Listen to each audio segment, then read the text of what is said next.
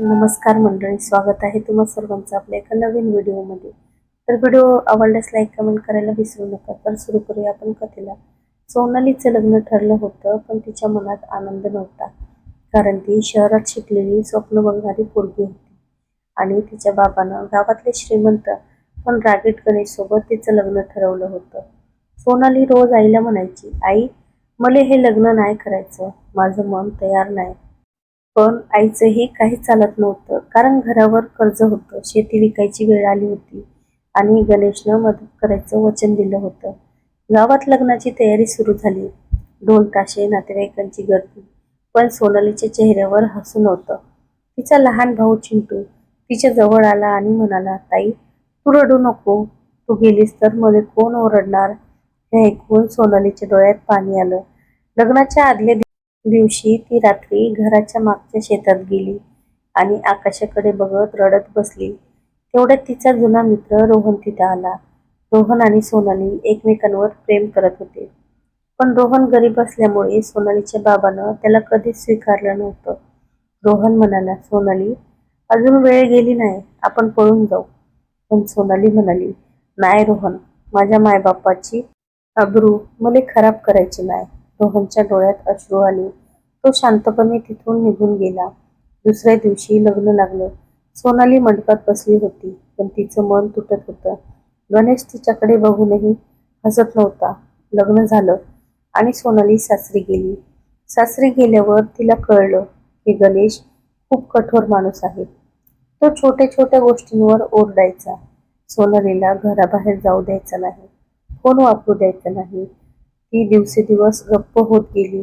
एक दिवस सोनालीनं गणेशला विचारलं, तुम्ही मले एवढं का रागवता?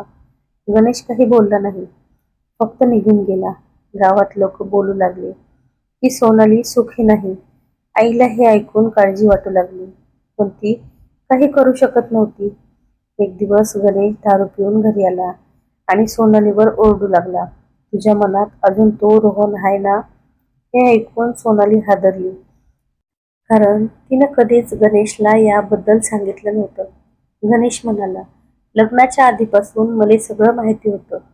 सोनाली रडत म्हणाली, मग लग्न कशाला केलं?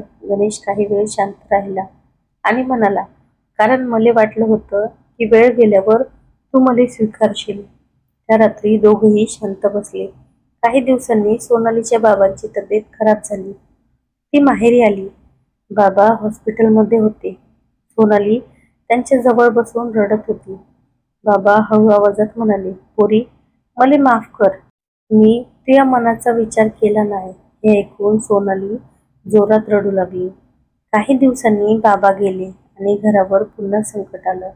गणेशनं सगळा खर्च केला, पण तरीही सोनाली त्याच्याशी नीट बोलत नव्हती. एक दिवस गणेश शेतात काम करताना जखमी झाला. सोनाली त्याला हॉस्पिटलमध्ये घेऊन गेली. रात्रभर त्याच्या जवळ बसली. पहिल्यांदाच तिला जाणवलं की गणेश वाईट नाही, फक्त परिस्थितीनं कठोर झालेला माणूस आहे. गणेश शुद्धीवर आला तेव्हा सोनाली त्याचा हात धरून बसली होती. गणेश हळू आवाजात म्हणाला, तू गेली असतीस तरी चाललं असतं.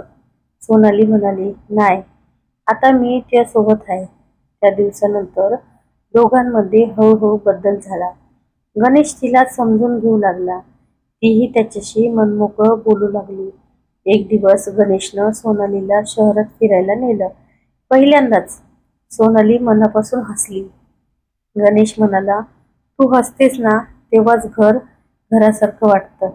सोनालीच्या डोळ्यात पाणी आलं. ती म्हणाली, माझं मन तुटलं होतं, पण तुम्ही ते परत जोडताय. काही महिन्यांनी गावात जत्रा होती. सोनाली आणि गणेश दोघं जत्रेत फिरत होते. तेवढ्यात रोहन समोर आला. क्षणभर शांतता झाली. रोहन हसून म्हणाला, तू खुश दिसतेस. सोनाली गणेशकडे बघून म्हणाली, हो, आता खरंच खुश आहे. रोहनच्या डोळ्यात दुःख होतं, पण समाधानही होतं. तो शांतपणे निघून गेला. त्या रात्री सोनाली घराच्या अंगणात बसली होती. आकाशात चंद्र होता. गणेश तिच्या जवळ आला आणि म्हणाला, तुझ्या मनाविरुद्ध लग्न झालं, पण आता पश्चाताप तर नाही ना? सोनाली हलकस हसली आणि म्हणाली, सुरुवातीला होतं, पण आता नाही. कारण नातं जबरदस्तीने सुरू झालं तरी प्रेमानं टिकू शकतं. गणेशनं तिचा हात हातात घेतला. दोघं शांतपणे आकाशाकडे बघत बसले आणि त्या रात्री सोनालीला पहिल्यांदाच वाटलं की ती खरंच तिच्या घरी आहे. सोनाली आणि गणेशचं आयुष्य आता हळूहळू बदलत होतं. दोघं एकमेकांना समजून घ्यायला लागले होते. गावातही लोक बोलू लागले, गणेशची बायको आता खुश दिसते. सोनाली सकाळी अंगण झाडायची, घरात गाणी गुणगुणायची, आईसारखी सासूची काळजी घ्यायची. हे सगळं पाहून गणेशच्या चेहऱ्यावरही शांत हसू यायचं. एक दिवस गावात मोठी जत्रा भरली होती. सगळे लोक आनंदात होते. सोनालीनं पहिल्यांदाच मनापासून तयार होऊन हिरवी साडी नेसली. गणेश तिच्याकडे बघतच राहिला. तो हळू आवाजात म्हणाला, तू आज खूप सुंदर दिसते. हे ऐकून सोनाली लाजली. दोघं जत्रेत फिरत होते, वेळ खात होते, खेळ बघत होते. तेवढ्यात गावातला एक माणूस धावत आला आणि म्हणाला, गणेश, तुझ्या शेताला आग लागली. हे ऐकताच गणेश धावत शेताकडे गेला. सोनालीही त्याच्या मागे धावली. पूर्ण शेत जळत होतं. गणेश गुडघ्यावर बसला. त्याच्या डोळ्यात पाणी आलं, कारण तेच त्याचं सगळं होतं. सोनाली त्याच्या जवळ बसली आणि म्हणाली, तू काळजी करू नको. गणेश म्हणाला, आता काहीच राहिलं नाही. त्या रात्री दोघं शांत बसले होते. घरात अंधार होता आणि भविष्यही अंधारासारखं वाटत होतं. दुसऱ्या दिवशी गावात बातमी पसरली की आग मुद्दाम लावली गेली होती. गणेशला संशय आला की कुणीतरी जुना वैरी हे करून गेला. तो रागात गावभर फिरू लागला. सोनाली त्याला समजावत होती, पण तो ऐकतच नव्हता. काही दिवसांनी बँकेचे लोक घरी आले आणि कर्ज फेडायला सांगू लागले. सासू रडू लागली. सोनालीच्या मनात पुन्हा भीती आली की आता आयुष्य परत तुटणार. त्या रात्री सोनाली शांतपणे उठली आणि तिचे लग्नातले दागिने घेऊन बसली. गणेशनं विचारलं, काय करतेस? ती म्हणाली, हे विकूया, घर वाचवूया. गणेश हादरला. तो म्हणाला, नाही, हे तुझ्या मायबापाची निशाणी आहे. सोनाली हसली आणि म्हणाली, घरच राहिलं नाही तर निशाणीचं काय उपयोग? दुसऱ्या दिवशी दोघांनी दागिने विकले आणि थोडं कर्ज फेडलं. गणेशच्या मनात सोनालीबद्दल आदर आणखीन वाढला. तो आता तिच्याशिवाय काहीच विचार करत नव्हता.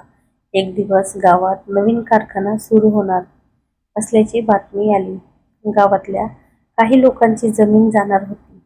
गणेशची उरलेली जमीनही त्यात होती. गावकरी रागात होते. मोर्चा काढायचं ठरलं. गणेश पुढे झाला. सोनाली त्याला म्हणाली, भांडण करू नको. पण गणेश म्हणाला, आपलं हक्कासाठी लढणं गरजेचं आहे. मोर्चाच्या दिवशी पोलीस आले. ढकलाढकली झाली आणि गणेशला पोलिसांनी पकडलं. सोनाली रडत त्याच्या मागे धावत होती. माझ्या नवऱ्याला सोडा. गावात सगळीकडे गोंधळ झाला.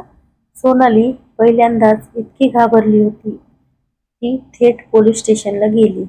तिथं तिला रोहन भेटला. रोहन आता पत्रकार झाला होता. तो म्हणाला, सोनाली, काळजी करू नको, मी मदत करतो. रोहननं बातमी मोठी केली. टीव्हीवर गावकऱ्यांचा प्रश्न दाखवला गेला आणि शेवटी गणेशची सुटका झाली. गणेश बाहेर आला तेव्हा सोनाली धावत जाऊन त्याला मिठी मारली. गणेश शांत झाला. तो म्हणाला, तू एवढी काळजी करशील असं वाटलं नव्हतं. सोनालीच्या डोळ्यात अश्रू होते, कारण आता तूच माझं सगळं आहे. रोहन दूर उभा राहून हे सगळं बघत होता. त्याच्या चेहऱ्यावर दुःख आणि आनंद दोन्ही होतं. काही महिन्यांनी सोनालीला कळलं की ती आई होणार आहे. ही बातमी ऐकून घरात पुन्हा आनंद आला.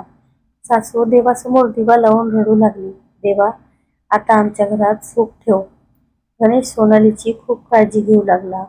तिला काम करू द्यायचं नाही. तिच्यासाठी फळ आणायचा, औषधं वेळेवर द्यायचा.